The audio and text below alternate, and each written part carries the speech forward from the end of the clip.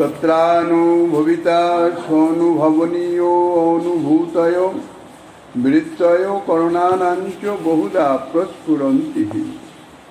কলিযুগ পাবন অবতার পরম করুণাময় শ্রী গৌরাঙ্গ সুন্দরের পরম অন্তরঙ্গ প্রিয় পার্শ্বদ বর্জ্য পূজ্যপাদ শিল সনাতন গোস্বামী পাদ তাহার শ্রী শ্রী বৃহৎ ভাগবতামৃতম নামক শ্রী গ্রন্থের দ্বিতীয় খণ্ডের দ্বিতীয় অধ্যায়ে ব্রহ্মলোকবাসীগণ কর্তৃক গোপকুমারের নিকটে ভক্তির যে মহিমা তাহা বর্ণনা করছেন।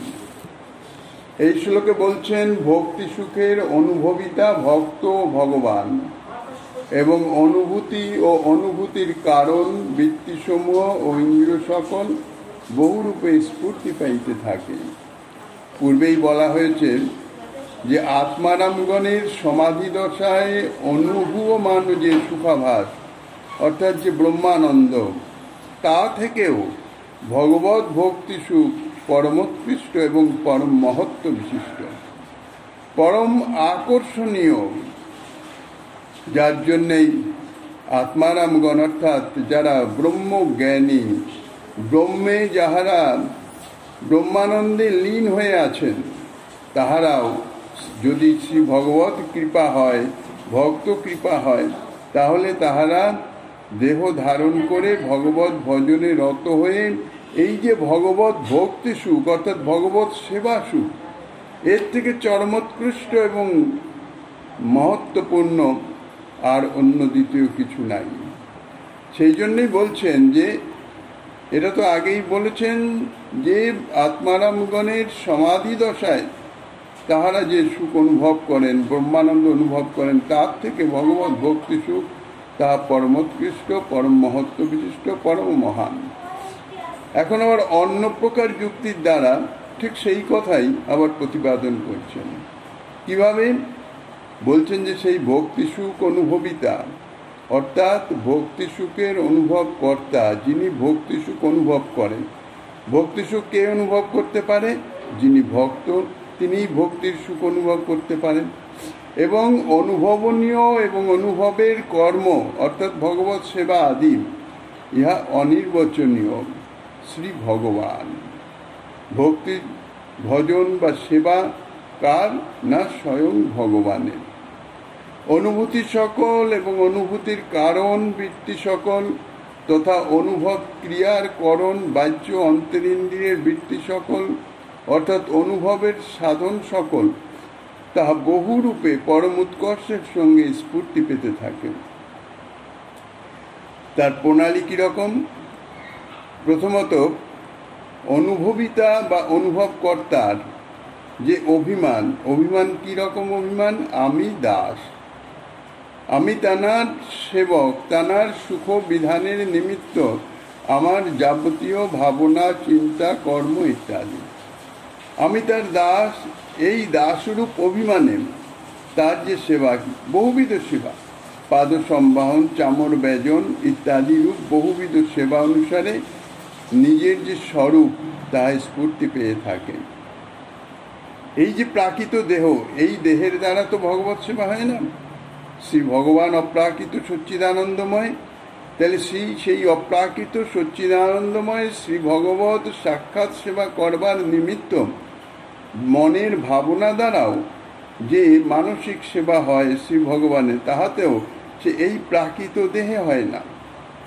ভগবত সেবার যোগ্য যে অপ্রাকৃত দেহ, যাহাকে বলে পার্শ্বদ দেহ বা স্বরূপ দেহ, যাহার পরিচয় শ্রী গুরুদেব প্রদান করে থাকেন, সেই স্বরূপের ভাবনার দ্বারা শ্রী ভগবানের সেবা করতে হবে। আমি তার দাস, তার সেবক, নিত্য সেবক, অনাদিকাল থেকেই আমার এই স্বরূপ, এই স্বরূপেই আমি প্রভুর নানাবিধ সেবা করিতেছি। এই যে ভাবনা, চিন্তা, চিন্তন, এই চিন্তনের মাধ্যমে ধীরে ধীরে ধীরে ধীরে যখন তন্ময়তা আসবে, তখন ওই সুখানুভব হতে থাকবে। তদনন্তর অনুভবনীয় যে শ্রীকৃষ্ণ অর্থাৎ যার আমি সেবা করিতেছি, সেই শ্রীকৃষ্ণ ব্রজেন্দ্র নন্দন শ্রীকৃষ্ণ, তাহার বিচিত্র মধুর মধুর রূপ বিলাসাদি ইত্যাদি ধীরে ধীরে ধীরে ধীরে যত তন্ময়তা বাড়বে, এই যে তন্ময়তা বা এই যে ভাবনা, এটি কিন্তু চিত্তশুদ্ধির অপেক্ষা আছে। প্রাকৃত মন বুদ্ধি চিত্ততে সেই স্বরূপের স্মৃতিও আসবে না, ভগবানের স্মৃতিও আসবে না। তখন যে ভগবানের ভাবনা বা চিন্তা, তাহা হবে কল্পনা।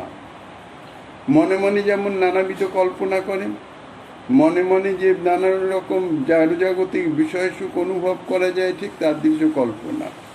কিন্তু শ্রবণ কীর্তন অর্চন বন্দন ইত্যাদি যে ভক্তি অঙ্গ যাজন, এই প্রাকৃত দেহের দ্বারা সেই ভক্তি অঙ্গ যাজন করতে করতে ধীরে ধীরে ধীরে ধীরে ভগবত সেবায় যদি রত থাকা যায়, অর্থাৎ নিরন্তর ভাবনা ইত্যাদি চিন্তা যা কিছু সব যদি ভগবত সম্বন্ধনীয় হয়, যাহা কিছু এই প্রাকৃত জগতের বাহ্য জগতের যাহা কিছু ক্রিয়াকর্ম তাহা যদি ভগবত সম্বন্ধনীয় হয়, নিজ সুখ সম্বন্ধনীয় নয়, তাহলে হয় কি ধীরে ধীরে ধীরে ধীরে নিজের যে সুখ বাসনা তাহা ক্ষীণ থেকে ক্ষীণতর হতে হতে ক্রমশ দূরীভূত হয়ে গিয়ে চিত্তশুদ্ধি হয়ে যায়।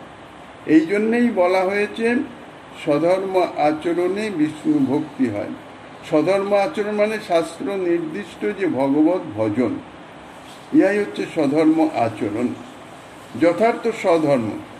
এই যে ব্রাহ্মণ ক্ষত্রিয় বৈশ্য শূদ্র বা গার্হস্থ ব্রহ্মচারী গার্হস্থ বানপ্রস্থ সন্ন্যাস, ইহা যথার্থ স্বধর্ম নয়। স্বধর্ম মানে নিজের স্বরূপের ধর্ম। এই যে চারি বর্ণাশ্রমের ধর্ম, তাহা হচ্ছে দেহ ধর্ম, কারণ দেহেরই বর্ণ আশ্রম ইত্যাদি।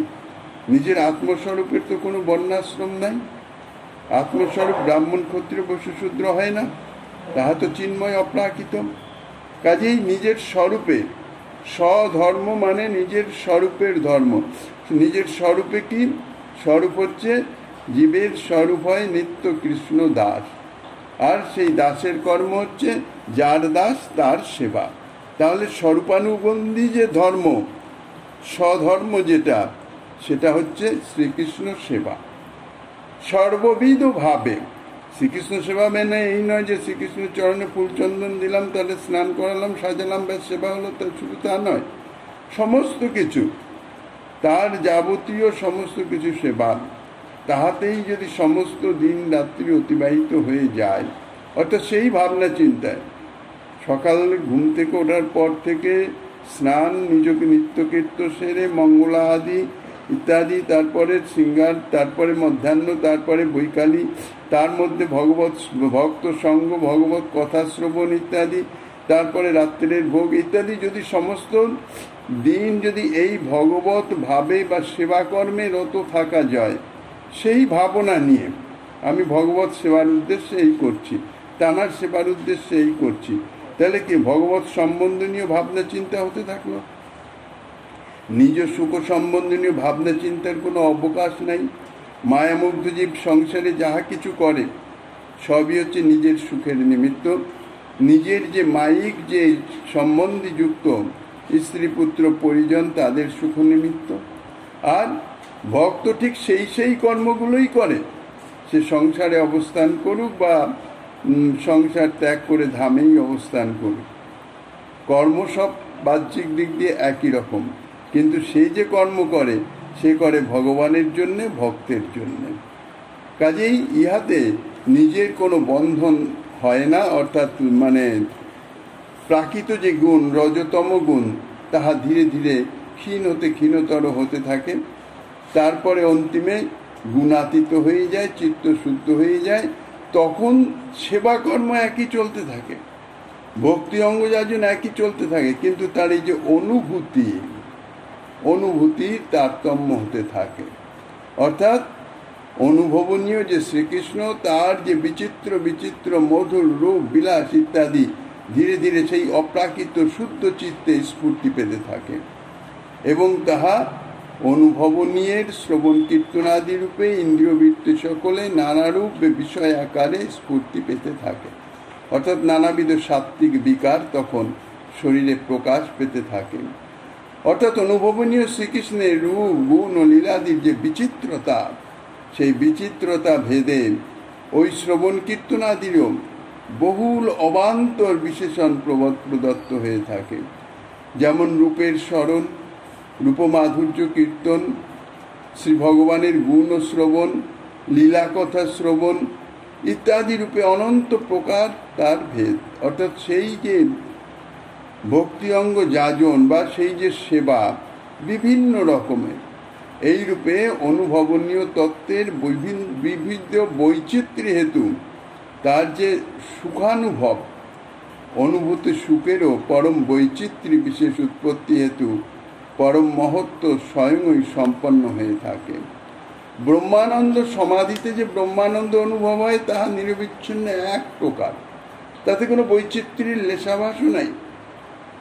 কিন্তু এই যে ভক্তি সুখ, যে ভগবত সেবা সুখ, যে একবার শুধু চিত্তশুদ্ধ হলেই হল, চিত্তশুদ্ধ না হওয়া পর্যন্ত যথার্থ সেই যে সেবা সুখের সেবা সুখ তাহা তো অপ্রাকৃত চিন্ময়, সেই রসের আস্বাদন সে পায় না। কিন্তু অধ্যাবসায়ের ফলে অর্থাৎ সেবাতে লেগে থাকলে ধীরে ধীরে যখন তার চিত্ত শুদ্ধ হয়ে যাবে, তখন যে সেই সেবা রসের যে আস্বাদন জড়জাগতিক সমস্ত কিছু তাকে বিস্মৃত করিয়ে দেবে। এমনকি নিজের দেহ স্মৃতিই থাকবে না, নিজের যে সুখ সুবিধা ইত্যাদি তার কোনো স্মৃতি, কোনো অনুসন্ধান কখনো মন বুদ্ধি চিত্তে আসবেই না। ক্ষুধা তৃষ্ণা সমস্ত সব কোথায় বিলীন হয়ে যাবে। পরীক্ষিত মহারাজ ভগবত কথা শ্রবণ করিতেছেন নিরবিচ্ছিন্নভাবে। সুখদেব মহারাজ গোস্বামীপাদ তিনি তো পরমহংস শিরোমণি, তাঁদের তো কোনো প্রাকৃত নাই, অপ্রাকৃত চিন্ময় দেহ, চিন্ময় স্বরূপ। তাঁরা নিরবিচ্ছিন্ন, তাদের ভোজন অর্থাৎ ক্ষুধা তৃষ্ণা ক্লান্তি নিদ্রা ইত্যাদির কোনো লেশাভাসও নাই। বরঞ্চ ভগবত কথা মধ্যে ওগুলির আরো স্ফূর্তি প্রাপ্ত হয়, দুর্বৃত হয়ে আরো যেন শারীরের একটা স্ফূর্তি, নতুনতর স্ফূর্তি উজ্জীবিত হতে থাকে। পরীক্ষিত মহারাজেরও তাই, ভগবত কথা শ্রবণ, ক্ষুধা তৃষ্ণার কোনো লেশাভাস নাই, নিরন্তর চলছে দিবারাত্র। চতুর্থ দিনের মাথায় গিয়ে তাই সুখদেব গোস্বামীপাদ শ্রীকৃষ্ণ লীলার বর্ণন প্রসঙ্গে অতি সংক্ষিপ্তভাবে কৃষ্ণলীলা বর্ণন করে একটু স্থগিত করলেন, একটু চুপ করলেন। পরীক্ষিত মহারাজ তখন প্রশ্ন করলেন, কেননা পরীক্ষিত মহারাজ জন্মের পূর্বে গর্ভ থেকেই শ্রীকৃষ্ণ দর্শন পেয়েছেন, শ্রীকৃষ্ণ কৃপা পাত্র। তাঁর যা কিছু চিত্তের যে সমর্পণ আকর্ষণ সবই হচ্ছে শ্রীকৃষ্ণ।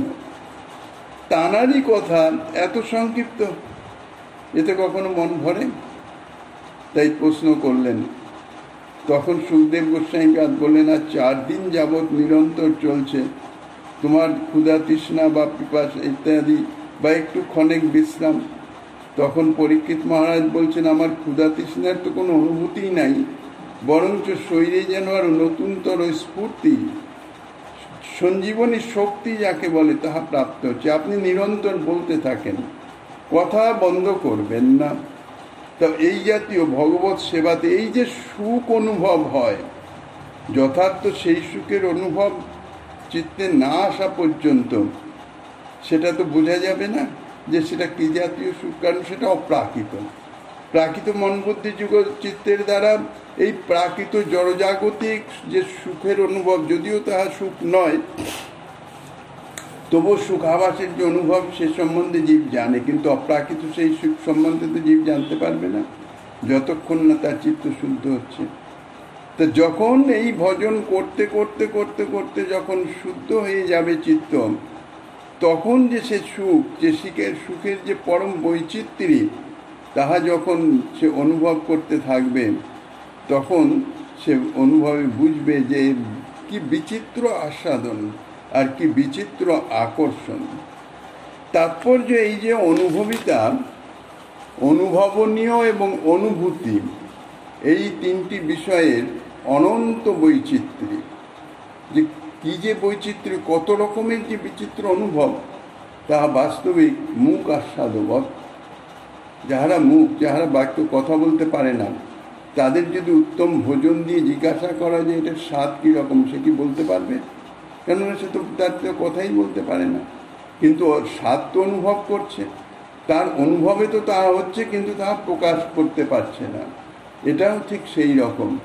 এই তিনটি বিষয়ের যে অনন্ত বৈচিত্র্য, তাহা অবর্ণনীয়, এবং বাহ্য অন্তরিন্দ্রিয়ের অনন্ত বৃত্তি সমকালে স্ফূর্তি হওয়ায় সুখেরও পরম বৈচিত্র্য বিশেষ উৎপত্তি হেতু পরম মহত্ব স্বয়ংই সিদ্ধ হয়ে গেল।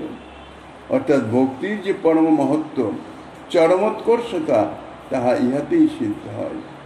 একথা বলতে পারা যায় না যে যখন আত্মস্বরূপের সহিত ইন্দ্রিয়াদির বৃত্তি স্ফূর্তি হয়, তখন নিরন্তর নিবিড় সুখানুভব স্বরূপ শ্রী ভগবৎ চরণারবিন্দের স্ফূর্তির অভাব হয়। কেন সেটা অভাব হবে না?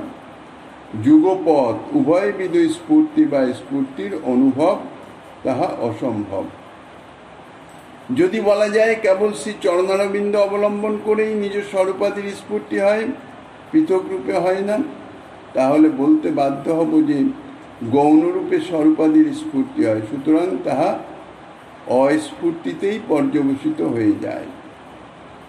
তদনান্তীন অনুভবিতার অনুভব সামর্থ্য তাহা বিদ্যমান থাকায় তাহার সাধন সামগ্রী ইন্দ্রিয়াদিও তাহার সর্বতোভাবে প্রকাশ পেয়ে থাকে এবং তাহাতে তাহা অনুভব হয়। তাৎপর্য হচ্ছে এই যে ভক্তের স্থায়ী ভাবই বিভাবাদী সকলকে সমকালে প্রকাশ করে থাকেন এবং স্বয়ং সেই সামগ্রীর সংযোগে রসতা লাভ করে থাকেন। সুতরাং ভক্তের যে অনুভব সামর্থ্য, সেই অনুভব সামর্থ্য স্থায়ী ভাবের প্রভাব বিশেষে তাহাই বুঝতে হবে। অন্যথায় অনুভব ব্যতি রেখে প্রাপ্ত দ্রব্য অপ্রাপ্তির মতনই হয়। কোনো এক বস্তু আমি ভোজন করিতেছি, কিন্তু তার যদি স্বাদ আমার অনুভব না হয়, তাহলে তো সে ভোজন না করারই সমতুল হবে। তা সেই রকম সেবার মাধ্যম দিয়ে যদি সুখ অনুভব না হয়, অর্থাৎ সুখ মানে আত্মসুখের কথা নয়, সুখের বাসনা নয়, সুখের কামনা নিয়ে সেবা নয়, ভগবৎ সুখের নিমিত্তই সেবা। কিন্তু যদি যথার্থ ভগবৎ সুখ হয়, তাহলে একটা যে তৃপ্তি হয়, সেই তৃপ্তিটাই সুখানুভব। প্রভুর সুখের নিমিত্ত আমি কথঞ্চিত কিছু একটু যে করতে সেবা করার সুযোগ পেয়েছি বা করতে পারছি, তাহাতেই যে একটা তৃপ্তি হয়, তাহাই হচ্ছে সুখ। এবং সেই যে সুখ, তাহা শুধু অনুভব বেদ্য। ইত্থং শতাং ব্রহ্ম সুখানুভূতাং, শ্রীমদ্ ভাগবতে সর্বত্রই এই অনুভূতি শব্দের প্রয়োগ করা আছে। কেন? ইহা অনুভূতিই হয়, অন্যভাবে হয় না। এই জন্য ভক্তি সুখের অনুভবকালে নির্বিকল্প সমাধির ন্যায় অনুভবিতার অনুভব সামর্থ্য লোপ হয় না, নিরন্তর অনুভব হতে থাকে। যত অনুভব হচ্ছে তত অনুভবের যে শক্তি, তাহা বৃদ্ধি পেতে থাকে। সাধক ভক্তের সেবাসুখ আস্বাদনের প্রণালীও ঠিক এইরূপ। যথা প্রথমত অনুভবকর্তা, অর্থাৎ সাধক বা ভাবক ভক্ত, তিনি অনুভব করবেন, তাই তিনি অনুভবকর্তা। তিনি নিজ ভাবযোগ্য পার্শ্বদ ভাব্য ভক্তের ভাব বিভাবিত অন্তঃকরণে স্বীয় ভাব বিনিময়পূর্বক শ্রীকৃষ্ণ দাসাদি অভিমানে স্বীয় অভিলষিত ভাব্য ভক্তকৃত শ্রীকৃষ্ণের পাদ সম্মান আদি ইত্যাদি সেবা, যে সেবা, সে সেবা ভাবনা করবেন, মনে মনে চিন্তন করবেন। পরে ধীরে ধীরে ধীরে ধীরে সেই যে চিন্তন, সেই যে ভাবনা যখন প্রগাঢ় হবে, তখন কখন মনে হবে যে আমি সেই পাদ সম্মানকারী, আবার কখনো মনে হবে না আমি সাধক মাত্র। অর্থাৎ কখনো দেহস্মৃতি লোপ হয়ে যাবে, কখনো বা দেহস্মৃতি ফিরে আসবে। এই রূপে স্বপর নির্ণয়ের অভাবে সেই ভাব্যভক্তের অনুভূত যে সুখ, সেই সুখ আস্বাদন হতে থাকবে। এইরূপ অভিমান স্ফূর্তি হতে হতে হতে হতে ধীরে ধীরে আসবে আবেশ দশা। তদনন্তর সিদ্ধস্বরূপে অবস্থান, অর্থাৎ সিদ্ধস্বরূপ স্ফূর্তি প্রাপ্ত হবে। ভাব্যভক্তের বিভাবাদীর সহিত স্বীয় বিভাবাদীর তাদাত্মতা ক্রমে ভাব্যভক্তের অনুভূত সুখই নিজ অনুভবের বিষয় হয়ে যাবে। ভাব্যভক্ত তখন শ্রীকৃষ্ণ পদকমল নিজ করে স্পর্শ করিতেছেন এবং সেই স্পর্শজনিত সুখ অনুভব করিতেছেন। অর্থাৎ শ্রীকৃষ্ণ আমার করকমলের মৃদু স্পর্শে কতই না সুখ অনুভব করিতেছেন, এই ভাবনাতে এমন মগ্ন হয়ে যাবেন, এমন তন্ময়তা হয়ে এসে যাবে যে বাহ্য স্মৃতি থাকবে না, তখন ক্ষণকালও বিরাম ইচ্ছা করবে না। এই প্রত্যেক সেবার, এটা শুধু একটা দৃষ্টান্ত মাত্র, সব রকমের সেবার ভাবনার মাধ্যমে এইরূপ অনুভূতি সাধক ভক্তের সংক্রামিত হয়ে যায়। পরং সমাধৌ সুখমেক স্ফুটং বৃত্তির অভাবান মানস ন চাততম বৃত্তৌ স্ফুরদ বস্তু তদেব ভাসতে অধিকং যথৈব স্ফটিকা চলে মহম। পরন্তু সমাধি দশায় অনুভবিতার মন ও ইন্দ্রিয়াদির বৃত্তি লোপ হয়ে যায় এবং সমাধিকালের সুখ অস্পুষ্ট বা শূন্যময় বোধ হয়। আর ভক্তের বিশুদ্ধ চিত্তে যে সেবা সুখ, অর্থাৎ যে সুখবৃত্তির অভাববশত অস্ফুট ছিল, সেই অস্ফুট সুখই আরও অধিকতর রূপে প্রকাশিত হয়। যেমন সূর্যাদির চেয়ে তেজ যদি স্ফটিকময় পর্বতে আরও অধিকতর প্রতিফলিত হয়, স্ফটিকে যদি পড়ে তাহলে সেই তেজ আরও অধিকভাবে বিকীর্ণ হতে থাকে। অতএব সমাধি দশায় অনুভূয়মান শূন্যময় সুখ হতে ভক্তিতে যে নিবিড় সুখের স্ফীতি তা হয়ে থাকে, ইহাই হচ্ছে তাৎপর্য। সমাধিকালে অহংকার আদির সহিত বাহ্য অন্তরিন্দ্রিয় সকলের বৃত্তি লোপ হয়ে যায়। এই জন্যে সমাধি দশায়, অর্থাৎ যাহারা ব্রহ্মানুভবী, ব্রহ্মর সাধন করেন তাহাদের কথা বলছেন, ধ্যান ধারণা ইত্যাদি মাধ্যমে যে সমাধি প্রাপ্ত হন, তাহাদের যে কাজ সিদ্ধি তা হচ্ছে সমাধি লাভ। নির্বিকল্প সমাধি হচ্ছে সিদ্ধি। আর ভক্তের সিদ্ধি হচ্ছে ভগবৎ সেবা লাভ নিজের স্বরূপ দেহে, অর্থাৎ পার্শ্বদ দেহে। ইহা হচ্ছে ভক্তের লক্ষ্য। এই জন্য সমাধি দশায় অনুভবিতার অত্যন্ত অভাব, এই জন্যে ব্রহ্মানুভবও অভাবেই পর্যবসিত হয়ে যায়, কারণ সেখানে ইন্দ্রিয়বৃত্তি ইত্যাদির সমস্ত লোপ পেয়ে যায়। যেমন ঠিক আধা ঘুম আধা জাগা অবস্থায় একটা যেন ঘোরের মধ্যে থাকে, তা ব্রহ্মানন্দ সেই রকম একটা সুখ অনুভব হচ্ছে, কিন্তু ঠিক পরিষ্কার নয়, যেন অস্পষ্ট একটা সুখানুভূতি নিরন্তর চলছে। কে সেই অনুভব করছে, কিসের থেকে অনুভব হচ্ছে, তারও কোনো স্মৃতি বা ঠিক অনুভব থাকে না। সুতরাং সেই সুখও অস্ফুট, অর্থাৎ শূন্যময় হয়ে থাকে। এই শ্লোকে এই বিষয়টি আরও স্পষ্ট করে বলছেন। সমাধিকালে মনোবৃত্তি লোপ হয়ে যায় বলে মনের অন্তর্ভূত যে ইন্দ্রিয় সকলের বৃত্তি তাহাও লোপ হয়ে যায়, কারণ মনই তো সর্বেন্দ্রিয়ের মূল। সর্বেন্দ্রিয়ের মাধ্যম দিয়ে মনই যথার্থ অনুভব করে, বিভিন্ন ইন্দ্রিয়ের মাধ্যম থেকে বিভিন্ন অনুভূতি। এইরূপে অনুভবিতার মন ও সমুদায় ইন্দ্রিয়বৃত্তি লোপ হওয়ায় কেবল সুখ নামক একটা বস্তুই অবশেষ থাকে, কিন্তু তাহার বিস্তৃত অনুভব থাকে না, কারণ মনোবৃত্তির বৈচিত্র্যের অভাব। কাজেই উহা অস্ফুট, অর্থাৎ শূন্যময় প্রতীত হয়। শ্রীমদ্ ভাগবতে বেদ স্থিতিতে বলছেন, আকাশের ন্যায় নির্লেপ শূন্যবৎ ধারণা হয়। যদি বলা যায় সমাধিকালে বৃত্তি লাভ হলেও ব্রহ্মসূক্ত অনুভব হয়ে থাকে, যাহাকে ব্রহ্মানন্দ বলে, যদি এইরূপ সিদ্ধান্ত স্বীকার করতে হয়, তবে সর্বাধিষ্ঠান ব্রহ্ম যখন সদা সর্বত্র প্রকাশমান রয়েছেন, তখন শূন্যতারূপ তাহা তো সঙ্গত হয় না। তথাপি সেই ব্রহ্মানুভব বৃত্তির অভাববশত, অর্থাৎ অননুভব হেতু শূন্যতায় পর্যবসিত হয়ে যায়। অন্যথায় সদা সর্বত্র বিদ্যমান ব্রহ্মের সহিত সকল জীবেরই ব্যাপকাতীত সম্বন্ধ নিরন্তর বিদ্যমান আছে। সুতরাং সকল জীবেরই মুক্তি প্রসঙ্গ উপস্থিত হচ্ছে, কাজেই ইহা সঙ্গতি হয় না। তথা প্রাচীন মহাজনের উক্তি এই যে শ্রী ভগবানের ব্রহ্মস্বরূপ সর্বকালে সর্বস্থানে ব্যপ্ত হয়ে রয়েছে, সর্বব্যাপক তত্ত্ব, তথাপি তাহার দ্বারা জীবের সংসার রূপ বৃক্ষের একটি ক্ষুদ্র কোমল পত্রও কখনো ছেদ হয় না। ভোগ বাসনার একটু সাধারণ নিবৃত্তিও তাহা হয় না। পক্ষান্তরে শ্রী ভগবানের নাম যদি ক্ষণকালের জন্যও রসনায় উদিত হয়, অর্থাৎ কীর্তন করা হয়, তবে জীবের সংসার রূপ বৃক্ষ সমূলে নাশ প্রাপ্ত হয়ে যায়। তাহলে ব্রহ্ম আর শ্রী ভগবান, ইহাই হচ্ছে তফাৎ।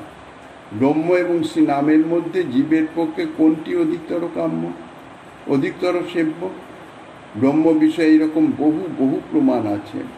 এইরূপে ব্রহ্ম সদা সর্বদা বিদ্যমান থাকলেও কিন্তু ব্রহ্মের তো কোনো ক্রিয়া নাই, এই জন্যে জীবের উপর তাহার কোনো প্রভাব বিস্তার হয় না।